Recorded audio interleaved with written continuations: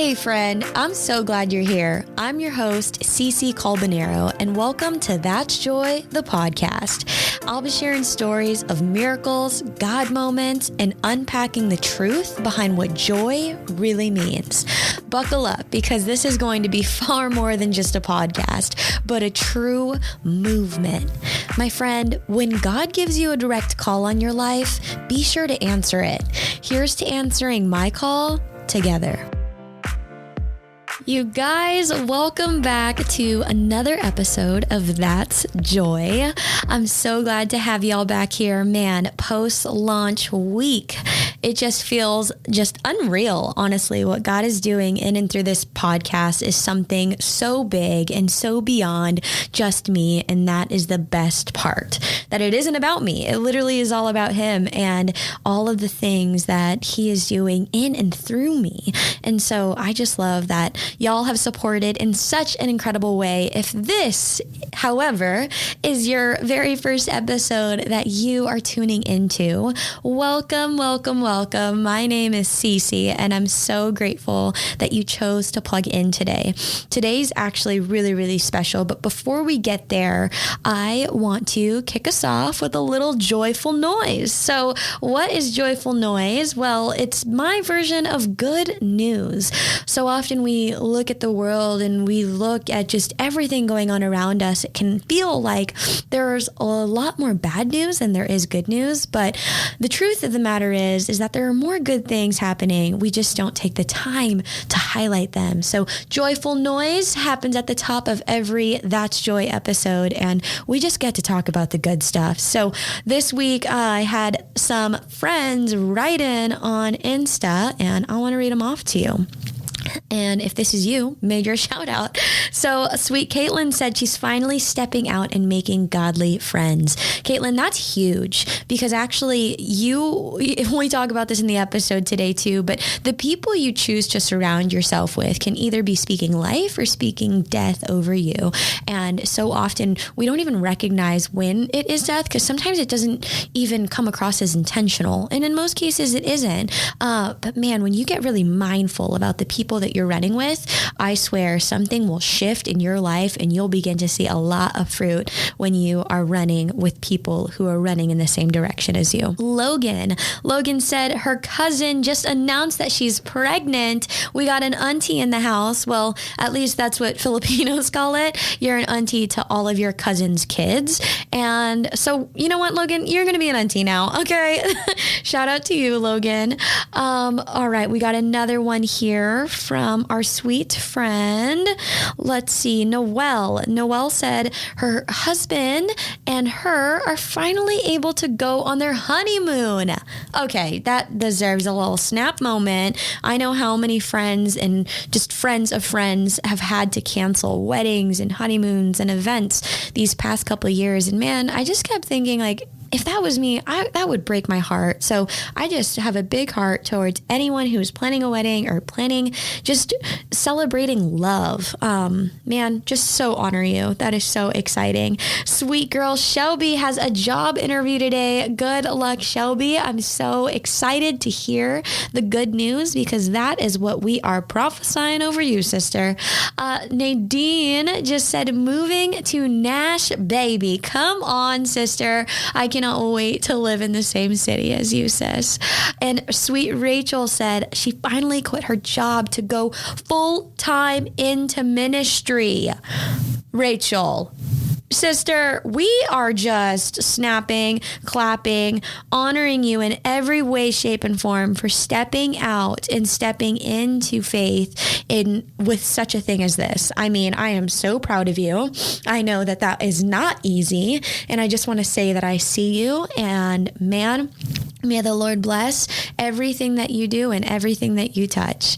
You guys, I am so pumped to dive into today's episode, because today is our first miracle story. I knew that when I rebranded the podcast, there just had to be a segment about miracles. And in fact, I want to share a little bit more about that. In college, specifically right out of postgrad, I had this vision. I got baptized senior year of college in a Christian church called Grace Church Reno in Reno, Nevada. Shout out. And I will never forget, though, that whole year was transformative in my life. And one of the things that the Lord has stirred on my heart during that season was highlighting and showcasing miracles. I had this idea actually, and for the very small percentage of listeners who knew me back then, you knew that I launched something called the Miracle Journal. I didn't really do anything with it though, most likely because of fear, if I'm being completely honest, like fear of not knowing where to step, how to step, or who would show up. Raise your hand if you have been in that seat before, because, hey, by the way, you're not alone. So I had this idea though, the idea and the heart posture was so there. I just wanted to create something where we highlighted more miracles, because I just so believe that God is in the miracle business.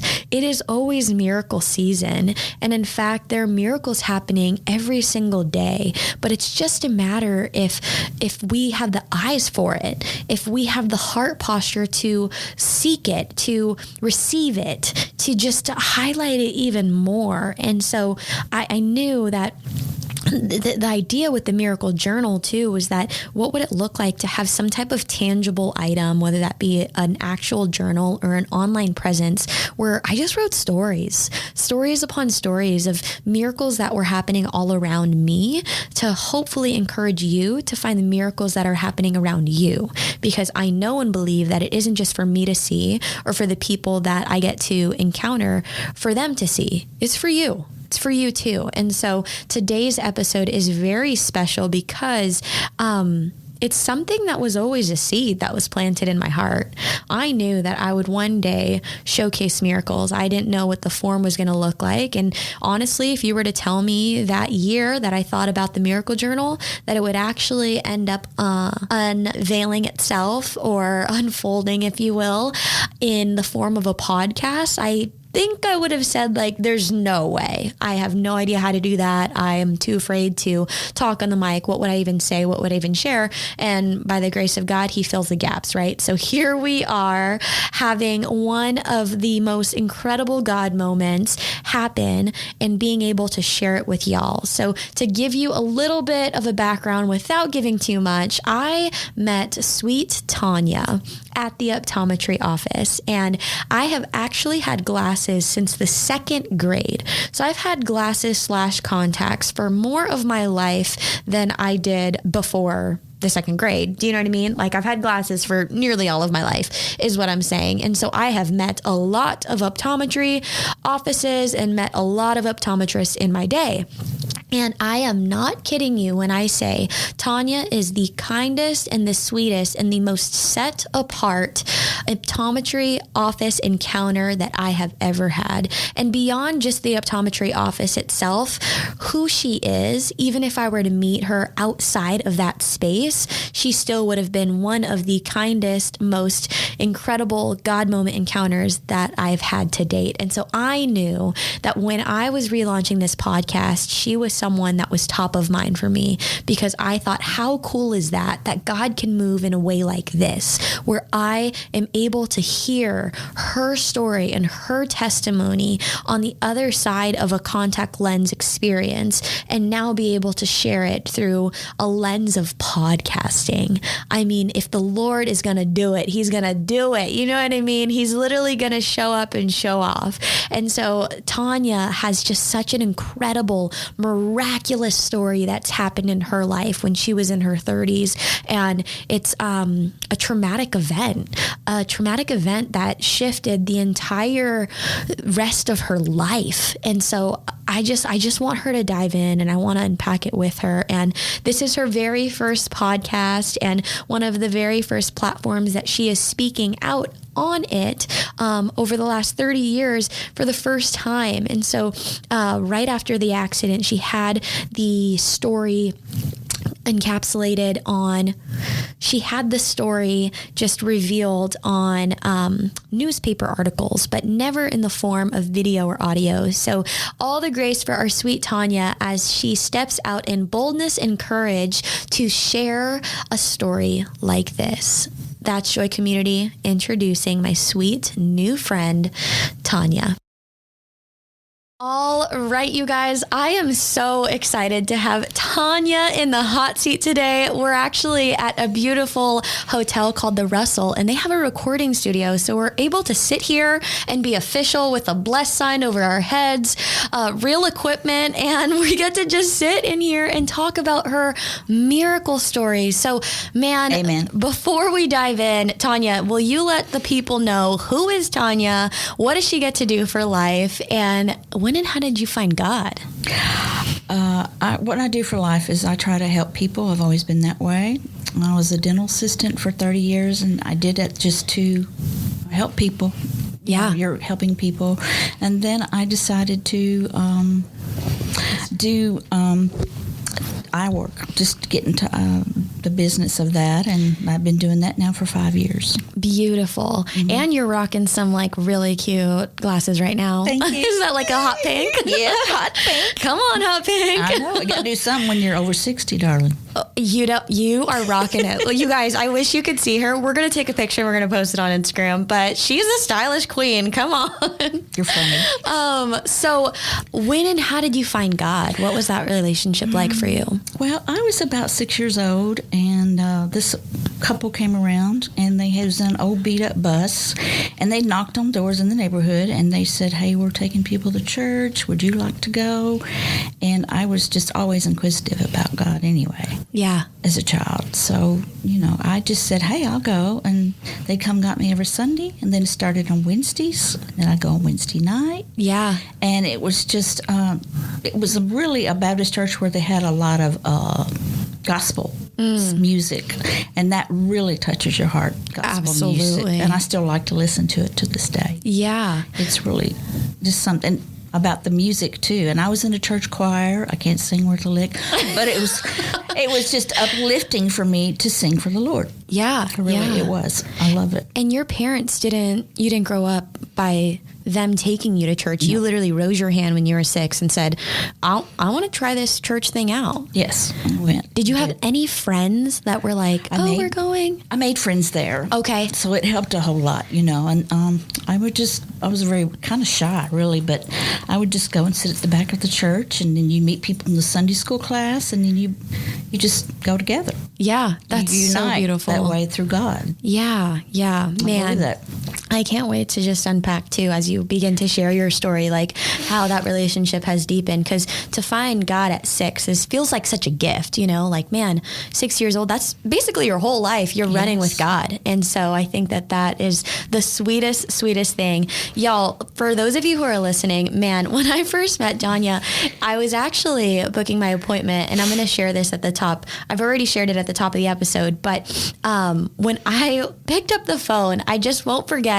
It was like when I first moved to Nashville. Used to live in Austin, Texas for about a year and a half, and I know like the Southern charm and just, people's accents and stuff. I really wish that it would rub off on me because I love it so much. But man, I remember picking up the phone and your sweet voice literally greeted me, and you're like, "How can I help you, honey?" And I was like, this woman is so kind. How is she? Maybe it's just like down here. This is just how people, the optometry offices operate down here. I don't know. And I just remember you had this next level kindness about you. And I felt like I could feel that kindness through the phone, which is so powerful because I remember you telling me that. Yeah, no, seriously. I think I remember even asking you too, like, do you have a son? You did. And I said, yes. And you said, well, does he believe in God? Does he faith God? Does he follow God? And I was like, no, nobody should. Nobody should. That's always the first question. You got to vet him out. Because I said, "Oh, you sound so sweet and pretty, and you're beautiful, inside and out." Thank you so much. You are. But man, I'd love to know, like, did you always have that level of kindness? Like, how was that rooted within you? Probably going to church. Yeah. My mother, even though my mother didn't go to church, she had 4 children, but she would always say, treat others as you want to be treated. And that's how I believe. And I try to bring my son up like that, too. Yeah, yeah. So it's important. And I have a lot of people ask me that. But when I was a dental assistant, I'd have people bring me gifts, and like you did, and flowers and little things. And that just touches your heart. Yeah. So you know that if you're touching someone that way, they're touching your heart also. That's how I feel. That's really good. And then you can just share the message of love and faith, and not everybody's perfect. I've made a lot of mistakes in my life, but I know that all I have to answer to is the good Lord when I go to heaven. That's how I feel about it. Yeah. When I go to meet them on the pearly gates, I'm ready. Come on. Maybe not yet, I'm though. not afraid. Come on. No, I'm just saying I'm not afraid to die. Yeah. Yeah. I came close to dying, so Yeah. it's like you think, well, life is just a everyday thing. You have to enjoy it. You never know. And if it happens, I'll be prepared. Absolutely. And I cannot wait to unpack that with you. So, man, y'all, for those of you who are listening, you may be wondering, like, okay, you met a woman at the optometry office. Now you have her on a podcast. What is going on, Cece? What are we doing here? And I think that's the beautiful thing. And one of the best things that I love about our newfound friendship, like me and Tanya, is that it's really a God thing. Like it was a God moment, us meeting, and now it's a God thing to have her here sharing her story with y'all. And I remember as you were checking my eyes and doing the whole routine and whatnot, we were just chatting. We were chatting like we are right now. And you shared your miraculous story. And one of the things that I want to do on this podcast is just shed light on more miracles, because I think that some miracles can look in the form of you and the story that you're about to tell. And then others can be smaller, minute miracles that are happening, but we may not just see them because we're not paying attention to the miracles that are happening all around us. So absolutely, man, I just would love for you to share the day that changed your life forever. Okay. Well, July the 2nd, 1990, I was 31, and I had to go to a store meeting. So I was on my way to work, or to the meeting, and I was sitting at a red light and listening to some music, and just sitting there. Luckily, I did not have my seatbelt on, because if I'd had my seatbelt on, I wouldn't be here today. You didn't have it on? No, I didn't, because I wouldn't have been able to unlock my seatbelt, really, because the car was so hot. So anyway, I'm sitting at the red light, and all of a sudden, I wake up because I was knocked out for a minute, and I was in a burning car. Inside the car, it was burning. And I was like, oh gosh, I've got to get out of here. What am I going to do? So I had enough forethought to get in the floorboard of the passenger's car because it was not on fire. But the whole car was just like something you see in a movie. The sound was, I don't know, I just can't describe it. It was just whirling wind and the flames and everything. So I just got in the floorboard and I said, oh, dear Lord, please get me out of here. I don't want to die right now. So I had enough, and I saw people trying to break my windows out, but nobody could break the windows out because they didn't have the right stuff to do it with. A guy was kicking it out with his foot, and I could see people saying they're going to get help, but they couldn't get to the car really because it was on fire. Wow. So when the car was hit, it buckled my doors. Okay, so the car, when it caught on fire, my doors buckled so I could see the pavement because I couldn't breathe. So I got down between the seat and the door of the passenger side and just kept breathing in air and praying. And I said, dear Lord, I was 31 at the time, and I was like, please, spare my life. I want to have a child because that was my dream, just to have a baby. So I was pulled out. This man came along, they said, and he was not even going that way. He said he was going to help a person take a roof off of his house. So he had a hammer, and he had a work belt. And he said, cover your eyes, cover your head, I'm going to pull you out. And he broke the window, and he just pulled me out. I don't even know how. And next thing I know, I'm on the ground, and people were there helping me. Wow. Mm-hmm. But I had like 40% burns on my body. And I went to a trauma center and a burn unit in Louisville and stayed for 2 or 3 weeks. When I was in the car, I was trying to, which you can see, I was trying to break the window out with my hands. Oh, that's right. You know, and it messed up my skin grafts on my hands and stuff like that. So, you know, it was just that man was there for a reason. Yeah, yeah. Mm-hmm. And you literally, how many years did you go to the skin graft place to try to? It was about a year. Okay. I kept going. I had to wear a burn suit and all that, you know, to make your skin grafts be more, you could just more even and flat. You have to wear a burn suit. Wow. Mm-hmm. It was and hard. where were the burns? From here over, and then I have skin grafts that they took off my stomach and off my legs to put on my body. Wow. Mm-hmm. And my underclothes were melted to my body. It happens just with the heat in the car. And I have a little scar from that. Did Hagar get burns too when he saved you? 3rd degree on his hands.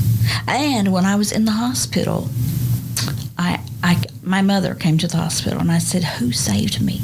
Who saved me? We need to find out." That was my first question to her. She says, "We don't know. He won't give us his name." So he called the hospital to check on me in my room. I said, "I want to know your name. I need to know your name. Please tell me your name." That's not important. It's important that you're alive. And finally we met. But it was just, you know, my mother and I, first thing we said, we've got to get a hold of this man who saved you. Is he a man of God? He was. Yes. Yeah. Mm-hmm. Yeah. Definitely. Mm-hmm. Wow. That is... And I went to his funeral. Now, when I went to his funeral, they had a table with everything that I gave him and presented him with. The newspaper articles, the hammer, all that was there. And that, as soon as I walked up there and looked at it, they knew who I was and came to me. And they said, "You changed our dad, our grandfather's life so much for a positive reason." And it was so touching.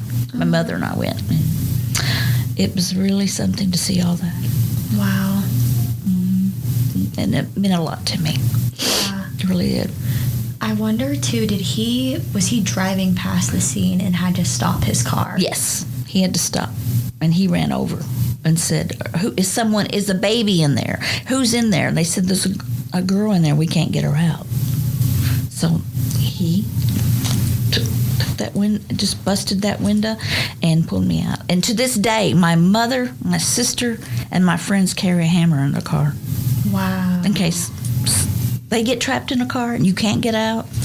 Was he a firefighter or anything? No. Mm-mm. No, he wasn't a firefighter. Wow. But anyway. I just wonder too, it makes me think about how many times, maybe physically, it isn't the physical where we see someone burning in the car, but like even spiritually or emotionally, we look and see someone burning in the car and we're not the Hagar who stops and goes to save the person. Absolutely. Absolutely. That's just such a beautiful testament to, like, how will you live your life? Like, will you be the Hagar that stops and saves the person? Yes. And I see a lot of that. Now, I still to this day, I can't really watch stuff about burning cars. It'll come on, and I just can't do that. And I hear about someone saving recently, some policemen pulling a man from a car and all that, and that touches my heart. You know, it really does. Yeah. Would we do that? Like you said, would we do that? Would we stop? If you believe in God, you're going to like, hey, I'm going to get over there and see if I can do something to help this person. Absolutely. So that's how I feel about it. Man. He said he was just meant to be there. Mm-hmm. I believe that. Yeah. I think how on time it is when we're, like, hitting a red light or when we missed our first alarm. Like, you're just on time. Mm-hmm. You know? Right. Never early, never late. God's right on time. Mm-hmm. And if I would have seen him coming, I think I would have tensed up and done something, like I could have really hurt myself. But I was bending over to put a cassette, and then when I raised my head up, I was unconscious for a minute, and then I woke up. But it busted all my windows out of my car, except the 2 windows that I couldn't get out of. But the car inside was so hot, I would not have been able to get my seatbelt off. Gosh. So now I have a device that I keep, and I don't know why I would do that, but it's where you can cut your seatbelt. Oh. Everybody should do that in case you get trapped in the car or something. You can't get out yourself. Cut your seatbelt with it. Wow. Mm-hmm. Wow. Mm-hmm. So there was the flames on the back of the car or the front? All over. Everywhere. All over. Even inside. My back seat was totally engulfed in flames. And you know how they broke the window out. So when it broke the window out, the wind from the swirling of the back window was like a tornado sound. Doing that. And you just don't forget that sound. How many minutes were you in the burning car? I don't know, 3, 4, 5. Wow, I mean, it didn't blow. It was it, you know. Yeah. So it was just crazy. Jeez. Mm-hmm. Thank God that you're here, man. Oh, I'm so glad I am here too. And it's just I don't know. It's a miracle. Yeah. It really is. Yeah. That's literally it. I said I wanted to be with my family. I didn't want to be away from my mom and family because I have brothers and sisters. Yeah. So it's important. Yeah. Yeah. To be everyone, believe in God every day and live your fullest life forever and ever, and be kind to people. That's it.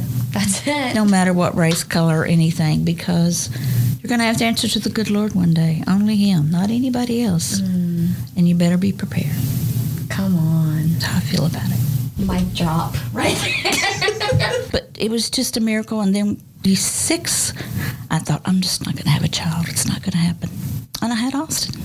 Wow. So it was just a miracle to think, because I thought God is still answering my prayers, you know. But you worry about having a child at that age. Yeah. Because, you know, my mother's like, Tanya, you're awful old to be having a baby. I was like, I'm having this baby. Yeah, come on. If it was a long-lost dream of yours. Yeah, and he's a nice young man. Yeah. He really is. That's so beautiful. And I've just always tried to have God in my life, and I think it's important that you have to talk to somebody, because I do talk to God a lot. Yeah. You know, and I'll be home and I'll get frustrated with my husband or something. I'll be like, dear Lord, help me. That's a good time to call him too. But man, I just think back to that, like you being inside of a burning car, like that could be a lot of our worst fears in life. Like how many minutes went by and did the car like explode moments after you were out of it? Like just the details of it all. I mean, how on time God was for you not being done yet. Yeah. And when the guy hit me, he had an epileptic seizure. Wow. So he just, his foot was on the gas. So when he hit me and rear-ended me, my gas tank exploded. Oh, and I traveled, they say, 1,000 feet across the road. But when I woke up, I was stopped. So, you know, thank goodness I woke up.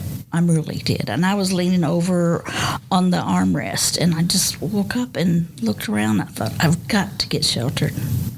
But it, you know, if Mr. Hager was his name, hadn't came around, I don't know. It was fate that we met each other, and we bonded. Every July the 2nd, I always called him every Easter and see how he was doing. You know, because he was just a great man. I'd go to his house when I lived in Paducah and meet him, and you know, just go hang out with him. So his name was Hager, right? Mm-hmm. And he was the man who literally was your guardian angel. That's right. And I had, and then when I was in, I think it was the following December, it happened in July. This December, they were doing an article about Christmas miracles or something like that. So I called the church and I told them what I wanted to do. So they called the newspaper, and they put our picture in there together with his hammer, because I took it and had it bronzed and made a plaque for him. Wow. And gave it to him and presented it to him. And then the story was on there about how he is my guardian angel.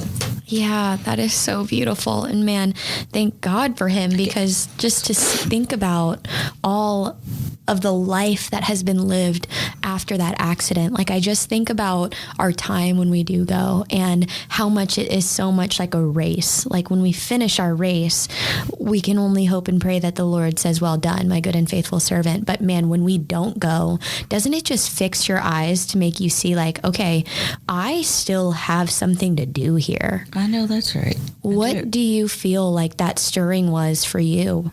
The fact that the Lord said, no, it is not your time yet, Tanya, at 31? It just I think it just prevailed me to be more kind to people and to be thankful for things, little things. You know, like when all my hair was burned off. Wow. I had burns on my face and my neck and all that. And so as a woman, you're thinking, gosh, I'm 31 years old. And then my hair, I'll never forget my hair. They had to cut all my hair off. And just going to a burn unit is just unimaginable. It's the worst pain. But I will say that you used to think, hey, I look pretty or I don't look pretty. And it was a long time before I could, like, be myself again, I think. And then I had to just accept, hey, I'm putting this swimsuit on. I'm going to the pool. Come on. Yeah. Yeah, absolutely. And so I did. And, yeah. And, you know, and of course, children would say, what happened to you? Then, see, that was a way of me telling them my story. Yeah. Because little kids are curious. Absolutely. What happened to you? Why do you have? What did those scars come from? So it's just amazing. How many years was there of just recovery, would you say, from the just PTSD of that event taking place? I still have PTSD sometimes. I have insomnia real bad because you never really get over the trauma of that, I think, no matter what God gave you in life or how you feel. It's just an inner thing I can't control sometimes. Yeah. That's what it is. So yeah, the healing. I feel like it was really over years, probably 10 years before I really got over it. Wow. Maybe.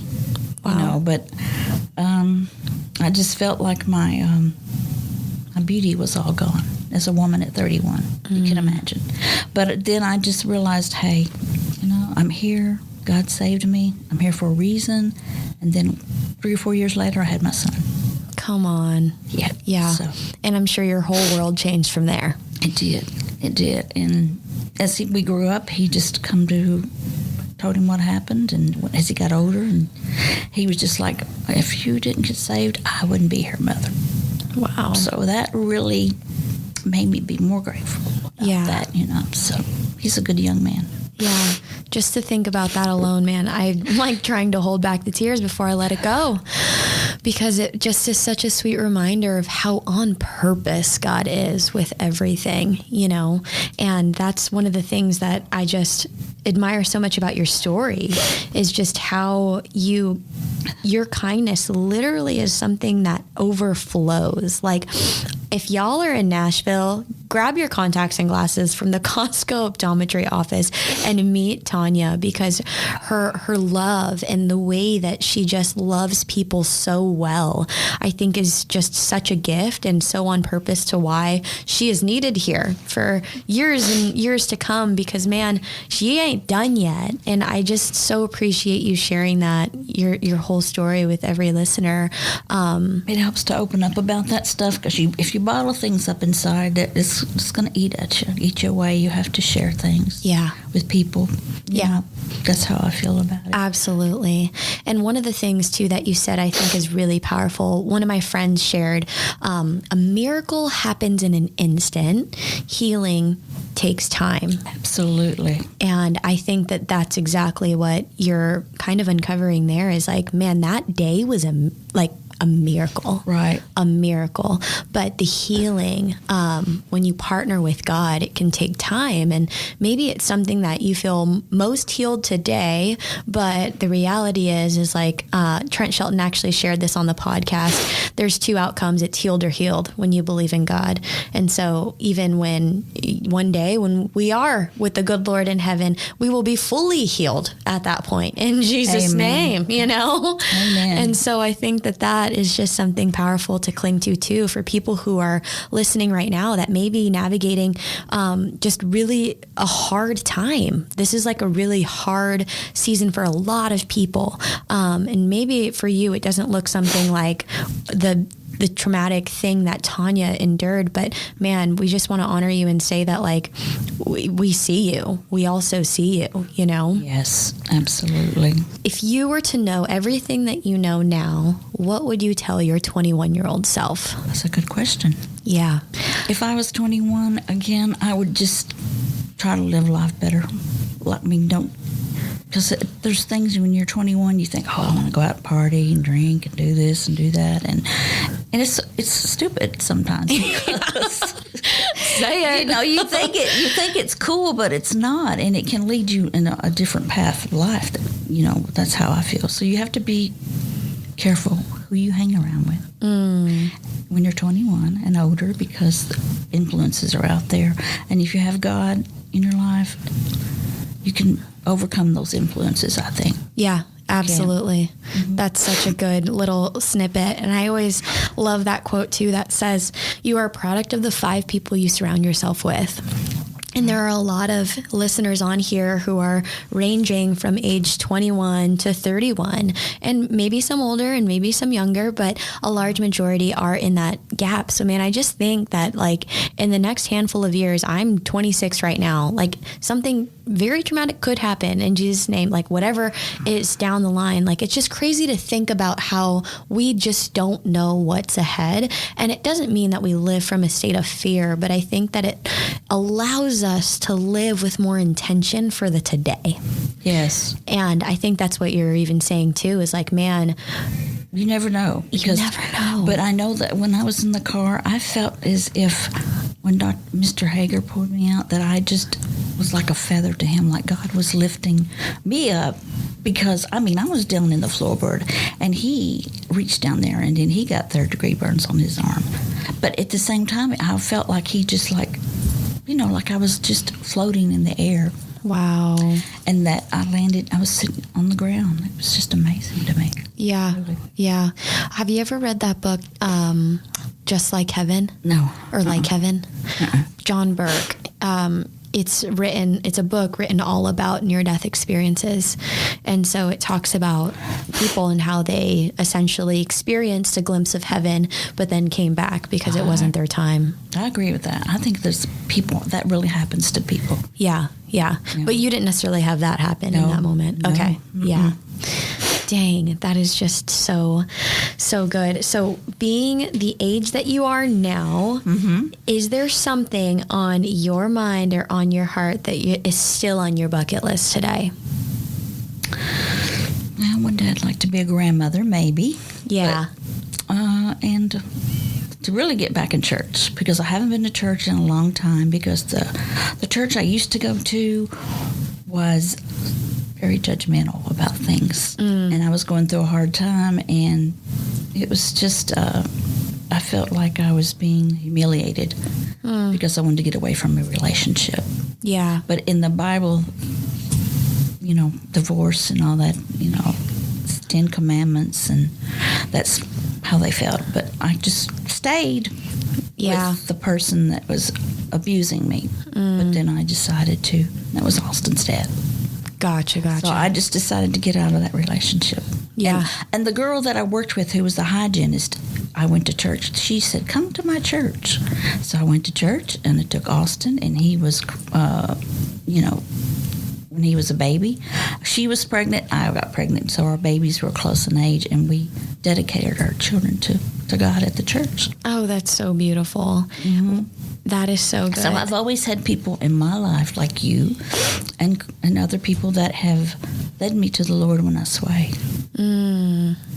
I think that is just so cool of God. Like, it could just bring me to tears when I think about God moments and miracles, and just how I just vision him up there, like just plotting us. And he's like, all right, and you two are going to meet right there. And then there's going to be another person, and they're going to help you in this thing right there. And he's just like placing all the right people. And man, that has just been such a beautiful picture of what's been happening in my life, even just from my move to Nashville in May to date, approaching the 1 year mark, thinking at how many people God has placed in my life that has been actually so strategic.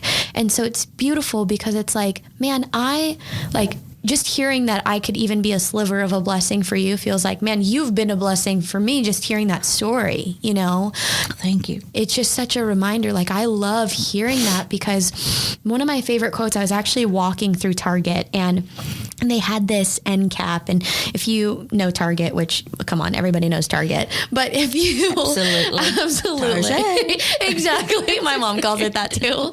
But on the end caps, you know how they always switch them out with different merch. And especially in the journal section, I'm a big journal girl. And so they always have different brands coming through. And one of the journals, it literally stopped me in my tracks. I was pushing my cart. I looked over and the journal said, it shouldn't have to happen to you for it to matter to you. I love that. And that is just so powerful. I'm going to read that again. It shouldn't have to happen to you for it to matter to you. And I looked online and there's like cups of it now and just all of these different things. But my goodness, is that one of the most powerful quotes? Like, I think for what they had it for is just like, you know, when it comes to just the races and what people look like or just what people go through. But even in your instance of for something like that to happen, for your car to literally just be engulfed in flames, man, if we were just to be able to sit in a posture of looking at something like that and just realizing, man, how grateful are you for the thing that you have right now? Or maybe you're going through tough water right now and you think that it's really, really hard. And granted, it absolutely could be, but does that story not put some things into perspective for you right now? You know, like I just get really, really grateful as I think about that moment for you. And I hate that it happened. Like, I hate that. But I just know and believe, and it can bring me to tears, and just saying out loud that, like, the Lord wastes nothing. You know, like nothing is wasted with him. Right. And it doesn't mean that he wanted that for you. Right. Or any of those things. But I think that he's going to build something out of that. True. You know? Right, right. Is there like a favorite worship song that you have clung to? Well, gosh, I like so many because I love gospel music. And I don't know. I like all kinds of music when I listen to gospel. Yeah, yeah. Don't really know. Yeah. That's a good question. No, that's good. I mean, gospel is everything too. I don't know. I just said it like that. Okay. So thank you so much for sharing all of that. I mean, I know it's not it is a hard thing to talk about, and you opening it up and bringing it to the light is going to bless someone. And I know that. And I just keep thinking about, even if it blesses just one person, just like it blessed me, then man, this time together is enough. And so yeah. Like my little daughter. Come on. I could absolutely have you. I don't have any more GMAs on Earthside anymore. Aww. So I have Tanya girl though. That's right. So I ask every single guest on the podcast this, and it is, what does joy mean to you? Oh, wow. Joy is living every day to your fullest and treating others as you want to be treated and accepting people for who they are, no matter what race, color they are. And that has been a tough time for the past 5 years, really, for people and all over the world. You know, and I see it a lot, but you just have to be kind to people and accept the Lord always. Yeah. Because he pulled me through a lot of things. He still does every day. Yeah. It's a daily thing. You know? So I'm thankful for that. And then, of course, you encouraged me to go to church. And every Sunday morning when I get up, I think, I'm going to go to church with Cece. But then I back down. Oh. So I don't know why I do that. You think I should say, okay, let's go. But It's because I've had some experiences with the church that let me down. Yeah. you Yeah. know? So that's all it is. No, absolutely. And you know what? I so value you for sharing that, because I know there's someone listening right now who's in that same seat, and they have shied away from God or the church or just being in relationship with like the creator of the freaking universe. Absolutely. Because someone who loves God hurt them. True. And I've been thinking about that a lot. And I think that it's so on purpose that you said that. In fact, I'm getting like Holy Spirit chills right now, because I was actually wanting to create like a TikTok video around this. And if you don't know, I'm on TikTok and I just create God content on there too. Lovely. But I thought about that topic earlier today, actually. And I was like, man, if only people who have gotten hurt by the church or hurt by a person just looked up. Like I just want everyone who's been hurt to just look up and let all the relationships that are horizontal fall away and just look at the vertical relationship that should be there. That should just be you and God. And it's so hard, because the vertical relationships, right? The people that we get to be in community with and get to do life with, like they could hurt us.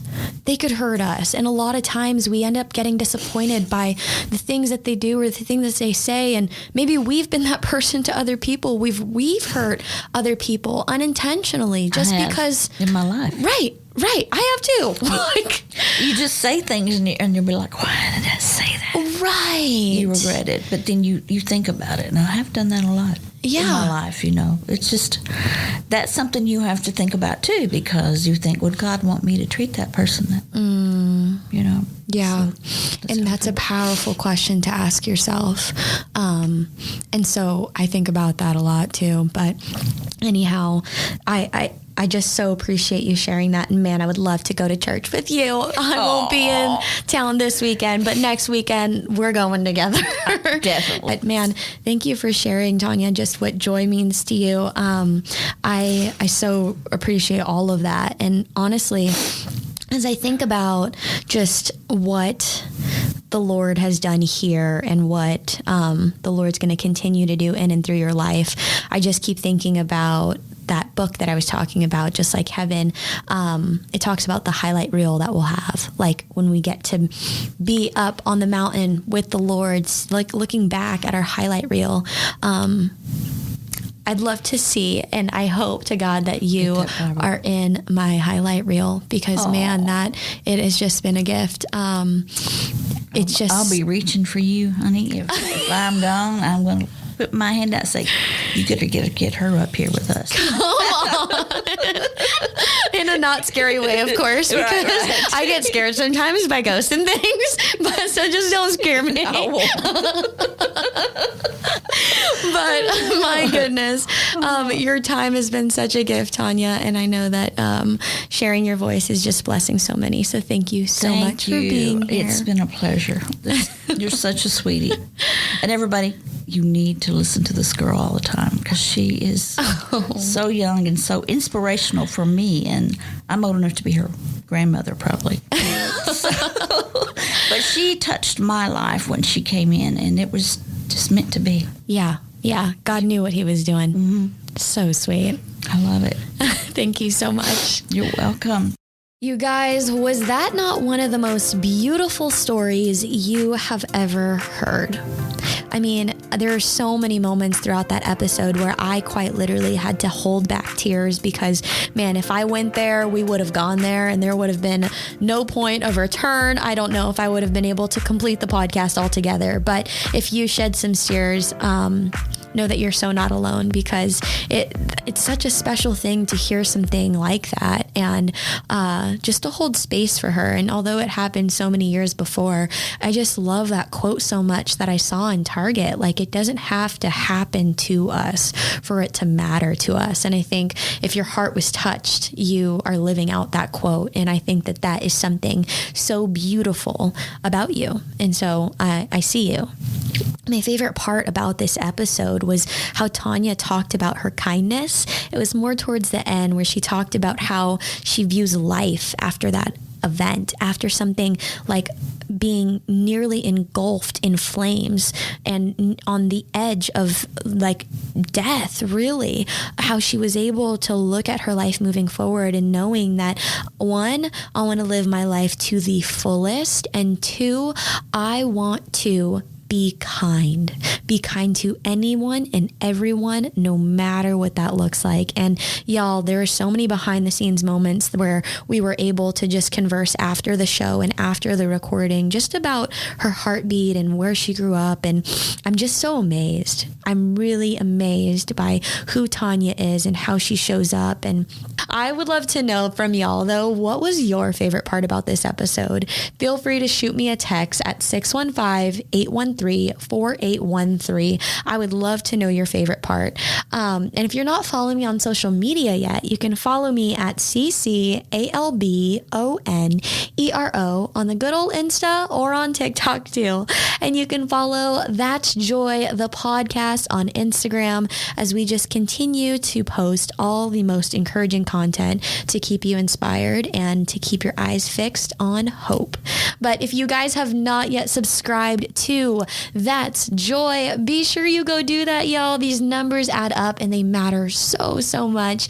And I actually just freak out every time that I read them. So head on over to Apple Podcasts. Be sure to subscribe, rate, and leave a little 5 stars, and then write a review. It can be anything short, anything long. I just read my mom's and it was the cutest thing. So I would love if not my mom wrote in and you wrote in too. But you guys, I just so appreciate it. So I cannot end this episode though without sharing, if you have even the smallest desire to meet the creator of the universe, or maybe you've been saved, but you aren't truly free, can I just invite you to sit at the table with me? Literally just pull up a seat and sit at the table with me and so many others, because I can promise you that there is so much abundance and joy here. And I'm here to tell you that God is for you. He is for you and he is not against you. And all you have to do is literally invite him into your heart right now. He's waiting for you. He wants to meet with you. And more than anything, I'm so proud of you, friend. If you just made that decision right now, I would love to know who you are too. So shoot me a text in the number in the show notes so I could pray for you. And I just want to say to each and every one of you, I love you and God loves you. And until next time, I'll chat with you next time. Thanks so much for being here.